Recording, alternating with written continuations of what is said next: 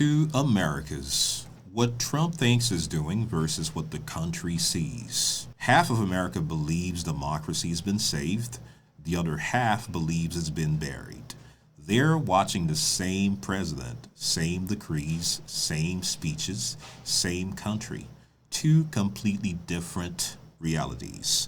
This video is not about who is right. It's about what each side believes is happening. Because here's the truth no one wants to admit. You can't win an argument with someone who isn't in the same argument. What Trump and his allies think they're doing. We're taking the country back. In this reality, America's been taken over.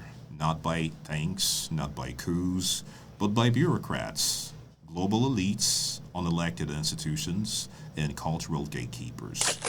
Trump and his allies don't see themselves as radicals. They see themselves as restorers. Every decree is a correction, a wrench thrown into a machine that stopped the serving ordinary Americans. The system didn't break by accident. It was redesigned against the people. When Trump tightens immigration policy, he believes that he is doing something simple, reasserting sovereignty. In this simulacrum, borders are not about race. They are about consent. Who gets to enter, who sets the rules, who decides what a nation is. Law enforcement is an oppression. It is civilization holding the line against chaos. To Trump allies, limitless compassion isn't compassion, it's negligence. Critics call the decrees authoritarian. Trump's circle calls them efficient. Congress is paralyzed, the courts are politicized, media is hostile. So power must move around resistance. Decisive leadership looks aggressive only because America has grown used to inaction. Strong action feels shocking in a weak era. In this world, the media isn't a watchdog, it is an adversary. Trump doesn't attack journalists for sport. He does it because he believes truth itself has been captured. Calling out fake news is not anti-truth. It is a declaration that truth has been monopolized. Every hostile headline confirms the mission is working. They believe they are the last firewall against moral decay, against cultural erasure, against a future where America apologizes for existing. Trump is not perfect, but he is necessary. A blunt instrument for a brutal moment.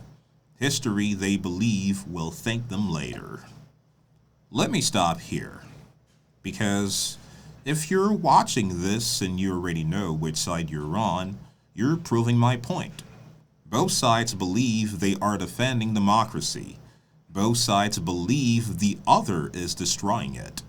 A 2024 poll found that 72% of Americans believe the country is on the wrong track, but they can't agree on which direction is wrong. That's not a political problem. That's a national identity crisis. And no election will fix what we refuse to understand about each other. And what Democrats, independents, and much of the world sees. This is democratic backsliding.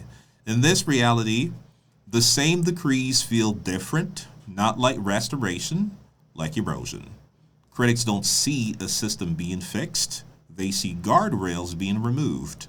Every executive order isn't just a policy, it's precedent, and precedent doesn't care who holds the power next. When Trump bypasses institutions, critics don't see efficiency, they see danger. Democracy is slow on purpose because speed is how rights disappear. What allies call decisiveness, others call personal rule. History is full of leaders who believed that only they could save the nation. Most of them were wrong. In this simulacrum, immigration is not abstract. It has faces, it has families, it has children. The language of invasion feels dehumanizing. Enforcement feels selective. tone feels punitive. Even independents who favor border control worry about who gets hurt first when rhetoric becomes policy. When Trump attacks the press, critics don't hear accountability, they hear intimidation. If truth becomes partisan, power defines reality.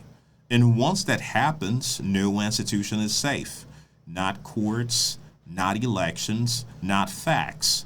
The fear isn't Trump alone, it's the blueprint he lives behind. The fear is not disagreement, it is irreversibility, that norms once broken do not magically return, that democracy doesn't collapse loudly, it thins out quietly, one satisfactory excuse at a time. Many Americans don't believe Trump is restoring the nation. They believe he is rewriting the rules so restoration becomes impossible for anyone else. I'm not here to tell you which simulacrum is true. I'm here to tell you that both are real to the people living in them. And that's a problem.